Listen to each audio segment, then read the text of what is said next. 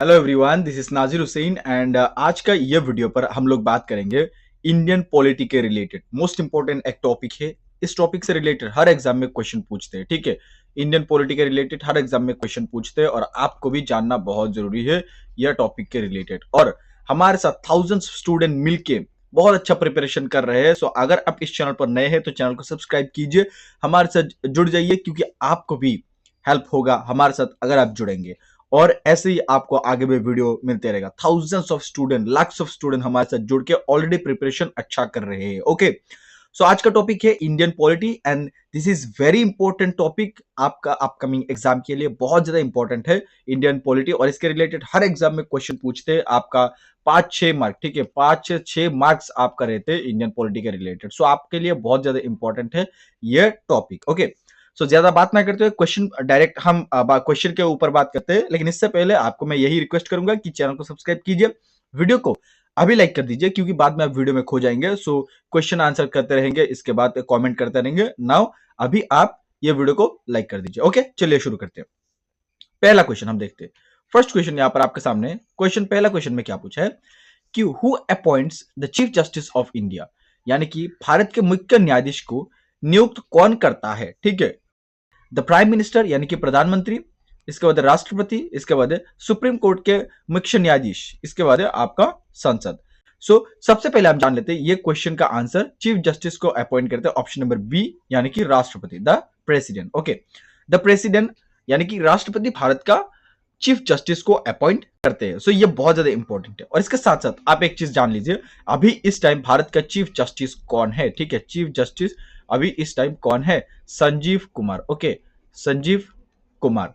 ये आप लिख भी सकते हैं या फिर आप स्क्रीनशॉट लगा लीजिए, या फिर आप क्या कर सकते हैं, ये चैनल को सब्सक्राइब करके हमारे साथ जुड़ सकते हैं। आपको ये वीडियो का डिस्क्रिप्शन पर हम डाल देंगे। ओके, ये इसका पीडीएफ आप वहां से डाउनलोड कर सकते हैं। ओके, संजीव कुमार अभी इस टाइम क्या है? चीफ जस्टिस से। कब इन्होंने संभाला था, मतलब शपथ लिया था? इन्होंने 11 नवंबर 2024, 11 नवंबर 2024 में, यानी कि आज से 4-5 दिन पहले एज ए चीफ जस्टिस के रूप में अपॉइंट किया गया था प्राइम मिनिस्टर, प्रेसिडेंट के द्वारा। किसको? संजीव कुमार को। सो ये आपको याद रखना है, ठीक है। और Sanjeev Kumar 51st chief justice है। ओके, सो ये सारी चीज आपको याद रखना है, इंपॉर्टेंट आपके एग्जाम के लिए बन सकते हैं। आपको आई होप मैं समझा पाया। नेक्स्ट हम आगे बढ़ते हैं। यहां पर क्वेश्चन नंबर 2 आपके सामने। इस क्वेश्चन में क्या पूछा है कि what is the term duration for the president of India, यानी कि भारत के राष्ट्रपति का कार्यकाल कितना वर्ष का होता है? राष्ट्रपति का, प्रेसिडेंट का। ओके, प्रेसिडेंट का। अच्छा, यहां पर एक क्वेश्चन पूछा जा सकता है, पूछते हैं, ठीक है। प्रेसिडेंट यानी कि भारत का सबसे पहला सिटीजन कौन सा है? क्वेश्चन पूछते हैं कि who is the first citizen of India, who is the first citizen of India. Okay, ये आपका हो जाएगा प्रेसिडेंट, यानी कि भारत का राष्ट्रपति। ओके, सो ये आपको याद रखना है, president is the first citizen of India. And इस क्वेश्चन में पूछा है कि भारत के राष्ट्रपति का कार्यकाल कितना वर्ष का होता है। इस क्वेश्चन का जो सही आंसर हो जाएगा वो जाएगा ऑप्शन नंबर बी, यानी कि 5 साल का, ठीक है। 5 इयर्स का होता है, 5 इयर्स का होता है भारत का राष्ट्रपति का कार्यकाल। ओके, आइए हम आगे बढ़ते हैं, नेक्स्ट क्वेश्चन देखते हैं। यहां पर क्वेश्चन नंबर 3 आपके सामने। इस क्वेश्चन में क्या पूछा है देखते हैं। Who is known as the father of Indian constitution? Most important एक क्वेश्चन है। सो आपको ये बहुत ज्यादा इंपॉर्टेंट है, ये क्वेश्चन याद रखना है, बहुत ज्यादा है, क्योंकि बहुत बार ये क्वेश्चन एग्जाम में पूछा जा चुका है। Okay, so who is the father of Indian constitution? Bharat का संविधान का जनक किसे कहा जाता है, ठीक है। मोस्ट इंपॉर्टेंट है, भारतीय संविधान का जनक किसे कहा जाता है? महात्मा गांधी? नहीं, महात्मा गांधी को नहीं, जवाहरलाल नेहरू को भी नहीं, यानी कि doctor B R Ambedkar, Bhimrao Ambedkar, इनको कहा जाता है भारतीय संविधान का जनक या फिर father of Indian constitution. Who is known as the father of Indian constitution? Doctor Bhimrao Ambedkar. ये आपको याद रखना है, इंपॉर्टेंट क्वेश्चन बन सकता है। ओके, और इंडियन कॉन्स्टिट्यूशन कब से फोर्स में है, यानी कि काम में कार्यकरी हुआ? यह आपका हुआ 26 जनवरी 1950 को, जबकि आजकल हम रिपब्लिक डे बनाते हैं 26 जनवरी को। ओके, 26 जनवरी को हम जो रिपब्लिक डे मनाते हैं इसी की वजह से ही मनाते हैं, यानी कि 26 जनवरी 1950 को हमारे देश का संविधान को काम में लगाया गया था। ओके, आगे बढ़ते हैं। यहां पर नेक्स्ट क्वेश्चन आपके सामने। इस क्वेश्चन में पूछा है कि what is the preamble of the Indian constitution, यानी कि भारतीय संविधान की प्रस्तावना क्या है? भारतीय संविधान का प्रस्तावना, द प्रीफेस, यानी कि प्रस्तावना था। भारतीय संविधान का प्रस्तावना, भारत का संविधान का जो भारत देश को चलाने के लिए जो रूल्स रेगुलेशन चाहिए उस प्रस्तावना में वही दिया गया था। यानी कि भारतीय संविधान का प्रस्तावना का नाम क्या है वो पूछा है यहाँ पर। सो द प्रीफेस यानी कि प्रस्तावना ही था। ओके, सो ये आपको याद रखना है। आगे बढ़ते हैं। यहाँ पर नेक्स्ट क्वेश्चन आपके सामने। इस क्वेश्चन में क्या पूछा है कि how many fundamental rights are guaranteed by the Indian constitution, यानी कि इंडियन कॉन्स्टिट्यूशन द्वारा, भारतीय संविधान द्वारा कितने मौलिक अधिकार प्रदान किया गया है? 4, 5, 8, 12। यहां पर आपके सामने नेक्स्ट क्वेश्चन है। इस क्वेश्चन में क्या पूछा है कि what does article of Indian Constitution guaranteed? Article 21, okay, Article 21 of the Indian Constitution, यानी कि भारतीय संविधान का अनुच्छेद 21 क्या गारंटी देता है? भारतीय संविधान 21 जो आर्टिकल है, अनुच्छेद 21, ये क्या गारंटी देते हैं? क्वेश्चन आप आराम से समझिएगा, अच्छा से समझिएगा। तो इसका सही आंसर हो जाएगा ऑप्शन नंबर बी, यानी कि right to life and personal liberty, यानी कि जीवन और व्यक्तिगत स्वतंत्रता के अधिकार। 21st आर्टिकल भारतीय संविधान का 21st आर्टिकल ये अधिकार देते हैं। सो ये आपको याद रखना है। ओके, आगे बढ़ते हैं। नेक्स्ट यहाँ पर आपके सामने क्वेश्चन नंबर 7, एंड इस क्वेश्चन में क्या पूछा है कि who has the power to dissolve the Lok Sabha, यानी कि लोकसभा को भंग करने का अधिकार किसके पास है? प्राइम मिनिस्टर के पास? नहीं, प्राइम मिनिस्टर के पास नहीं है। इस क्वेश्चन का जो सही आंसर हो जाएगा वो हो जाएगा ऑप्शन नंबर बी, यानी कि प्रेसिडेंट के पास, राष्ट्रपति के पास वो क्षमता होता है जो कि लोकसभा को भंग कर सकते हैं। ओके, क्वेश्चन नंबर 7 का सही आंसर हो जाएगा ऑप्शन नंबर बी, प्रेसिडेंट। आगे बढ़ते, नेक्स्ट देखते हैं। नेक्स्ट यहां पर आपके सामने क्वेश्चन नंबर 8, एंड इस क्वेश्चन में क्या पूछा है देखते हैं। इस क्वेश्चन में पूछा है कि the national emergency proclaimed under article 352, okay, 352 के द्वारा नेशनल इमरजेंसी प्रोक्लेम्ड होता है। Effects which of the following, यानी कि अनुच्छेद 352 के तहत घोषित राष्ट्रीय आपातकालीन निम्न में से किन पर प्रभाव डालता है?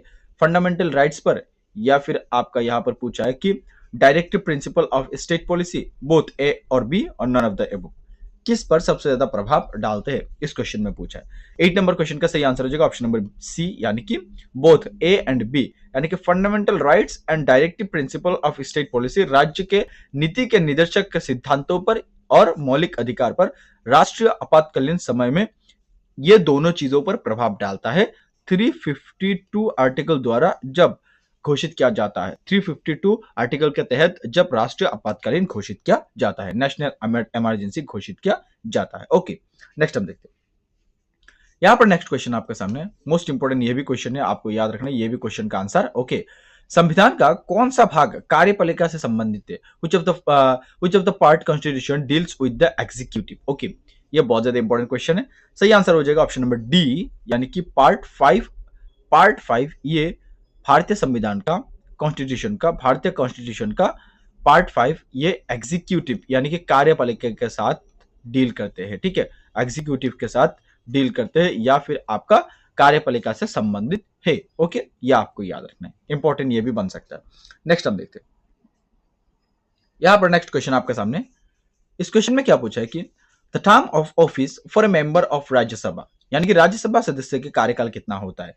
इस क्वेश्चन का सही आंसर हो जाएगा ऑप्शन नंबर बी, यानी कि 5 वर्ष होता है, 5 इयर्स होता है। ओके, 5 इयर्स होता है राज्यसभा के सदस्यों का कार्यकाल। ओके, राज्यसभा के सदस्यों का कार्यकाल कितना होता है, क्वेश्चन पूछा गया है, ये बहुत बार एग्जाम में पूछा जा चुका है।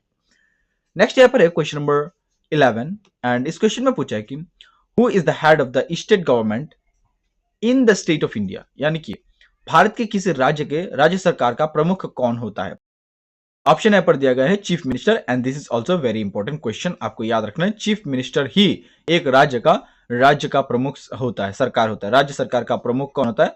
चीफ मिनिस्टर या फिर मुख्यमंत्री होता है, ना कि गवर्नर, ना कि राष्ट्रपति और प्रधानमंत्री। राज्य का मेन या फिर राज्य का मान लीजिए कि स्टेट गवर्नमेंट का सबसे ज्यादा हेड ऊपर, सबसे ज्यादा ऊपर कौन होता है? वो होता है आपका राज्य सरकार। ओके, मुख्यमंत्री होता है। आगे बढ़ते हैं। नेक्स्ट यहाँ पर है क्वेश्चन नंबर 12, एंड इस क्वेश्चन में क्या पूछा है कि the attorney general of India is appointed bye, attorney general Bharat के महान्यायवादी की नियुक्त कौन करता है? यह क्वेश्चन में पूछा है। सही आंसर हो जाएगा ऑप्शन नंबर ए, यानी कि राष्ट्रपति करता है। ज्यादातर नियुक्त का काम, आपको यह दिमाग में रखना है थोड़ा, कि ज्यादातर नियुक्त का काम यह राष्ट्रपति द्वारा ही किया जाता है। सो अटॉर्नी जनरल भी राष्ट्रपति द्वारा ही नियुक्त किया जाता है। नेक्स्ट यहाँ पर क्वेश्चन, इस क्वेश्चन में पूछा है कि Which constitutional amendment lowered the voting age from 21 to 18? यानी कि पहले हमारे देश में 21 वर्ष में ही वोट दे सकते थे, लेकिन अभी 18 इयर्स में वोट दे सकते हैं।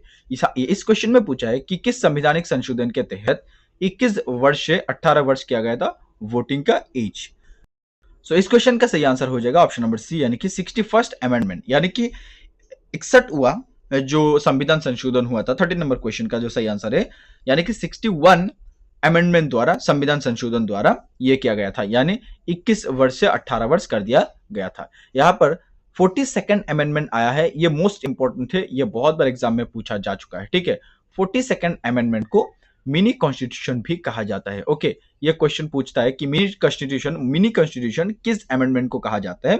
42nd अमेंडमेंट को, यानी कि 42वां संविधान संशोधन को मिनी संविधान भी कहा जाता है, क्योंकि इसमें बहुत सारे चेंजेस हुआ था, बहुत सारे चीज इंक्लूड किया गया था, बहुत सारे चीजों को एक्सक्लूड किया गया था। सो ये भी आपको याद रखना है। ओके, सो आई होप आपको मैं समझा पाया। 61st अमेंडमेंट के द्वारा 21 वर्ष से 18 वर्ष कर दिया गया था वोटिंग का as.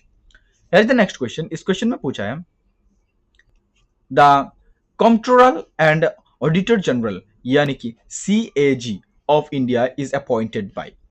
Controller and auditor general CAG किसके द्वारा नियुक्त किया जाता है? यानी कि नियंत्रक और महालेखा परीक्षक को किसके द्वारा नियुक्त किया जाता है? मैं ऑलरेडी आपको बता चुका, कोई ज्यादातर नियुक्त करने वाला काम ये प्रेसिडेंट द्वारा ही किया जाता है, यानी कि option number A is the right answer. Okay, so ये भी आपको याद रखना है। आगे बढ़ते हैं। नेक्स्ट यहाँ पर है क्वेश्चन नंबर 15, एंड इस क्वेश्चन में पूछा है कि what is the maximum strength of Lok Sabha, यानी कि लोकसभा की अधिकतम क्षमता कितनी होती है? अधिकतम क्षमता, लोकसभा की अधिकतम क्षमता कितनी है? लोकसभा का जो मैक्सिमम स्ट्रेंथ या फिर मैक्सिमम क्षमता है, ये है आपका ऑप्शन नंबर सी, यानी कि 552 लोकसभा का मैक्सिमम 552 सीट ही हो सकता है, ठीक है। 552, ये आपको याद रखना है, मैक्सिमम क्षमता। ओके, नेक्स्ट हम देखते हैं। Here is the next question. इस क्वेश्चन में क्या पूछा है कि which schedule of Indian Constitution contains the list of languages recognized by the Constitution, यानी कि संविधान की कौन सी अनुसूची संविधान द्वारा मान्यता प्राप्त भाषाओं की सूची शामिल करती है? कौन सा अनुसूची?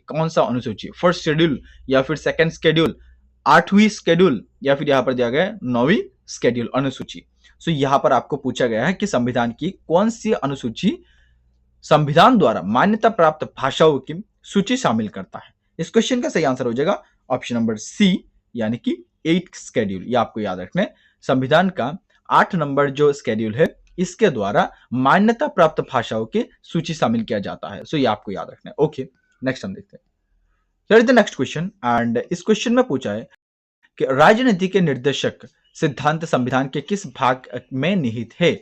राज्य के नीति, स्टेट का जो पॉलिसी होता है, ये किस भाग में, संविधान का किस भाग में निहित है? ओके, ये क्वेश्चन का जो सही आंसर होगा वो होगा ऑप्शन नंबर डी, यानी कि 4। ओके, 4 नंबर भाग में राज्य का जो नीति है, निर्देशक की नीति निर्देशक है, यानी कि राज्य का जो पॉलिसी है, ये सारे कॉन्स्टिट्यूशन का भाग पार्ट 4 में इंक्लूडेड है। ओके, ये आपको याद रखना है।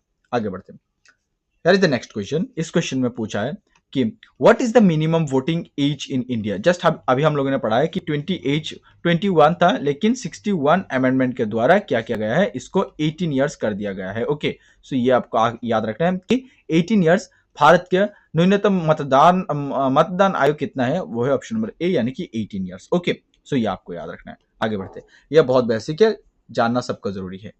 नेक्स्ट यहां पर आपके सामने क्वेश्चन आया है कि The President of India is elected by an electoral college consisting of, यानी कि भारत के राष्ट्रपति का चुनाव निम्नलिखित में से किसके चुनावी मंडल द्वारा किया जाता है? मोस्ट इंपोर्टेंट ये भी क्वेश्चन है, ठीक है।